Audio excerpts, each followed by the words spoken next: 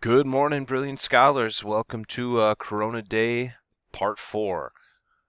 Today, guys, we've got a lot of different things going on around the world again, but I gotta apologize. I can't find a whole lot more that doesn't include this coronavirus. That pretty much is taking up the news everywhere, and for obvious reasons. It's some of the biggest changes we've seen in the world possibly ever. So I guess we'll start out locally. Looks like Mayor Barrett is now of Milwaukee is now self-imposing a quarantine as he has been in contact with someone with coronavirus. As the state announced yesterday their first deaths.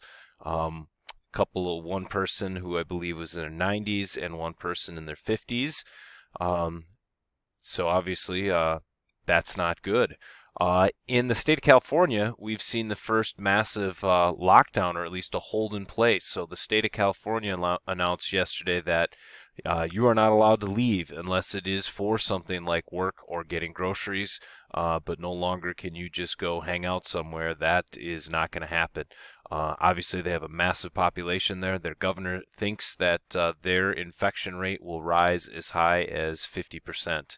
So let's try to find some positive news somewhere. On the top, those are a couple of dolphins. Those aren't the actual dolphins from Italy, but what is happening in Italy is since they have shut everything down, they are finding that dolphins are starting to make their ways into waterways that they haven't been seen in many years because the lack of human involvement.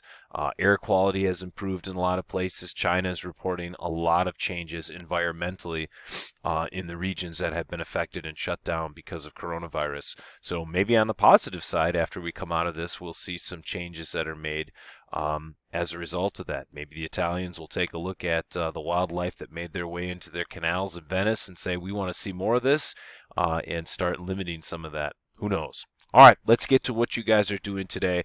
So we'll start out with the fact that this is it. This is the last day before spring break.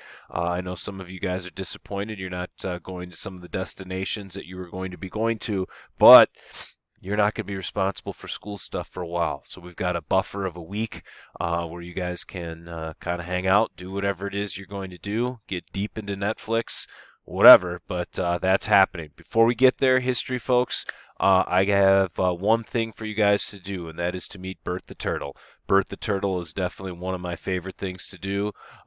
It is, in many ways, kind of a hilarious activity. It is a video that was made by the Civil Defense organization back post World War II, and you'll learn about how Bert the Turtle was used to teach people about how to react to a nuclear attack. Try not to sing that song after you're done watching that. So to get that sheet, it's on the agenda. Watch the video, answer those questions to the best of your ability, and then you're good. Once we come back from spring break, we'll probably have a couple of lectures that we have to do before we test, and then we're going to figure out how we're going to test on the Cold War. I don't know exactly what I'm going to do yet, but I will figure that out. Global, same thing that you have been doing. You got to continue to finish those videos. I have several students that have not turned in videos. If you haven't turned in your video, you still need to be doing the other parts of the assignment. That means you need to be watching other people's video and obviously getting yours done as well. So please, I said it yesterday, the last couple of videos, do not fall too far behind.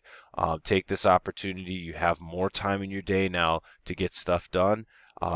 Please get after that. For those of you who are behind, make sure you use some of that spring break to catch up. Yes, we'd like to disconnect. We'd like to do some other things, but there are some people out there that just haven't done their basic responsibilities for class. So please do that, and hopefully I will see you guys again following week. As always, if you do have questions, certainly email me. I've been getting back to as many people as I can. If you have missed assignments as I update things, remember, don't drop something into Classroom or drop something into Canvas after it's been graded. You need to contact me with that actual assignment. All right. Thank you very much, guys. See you next time.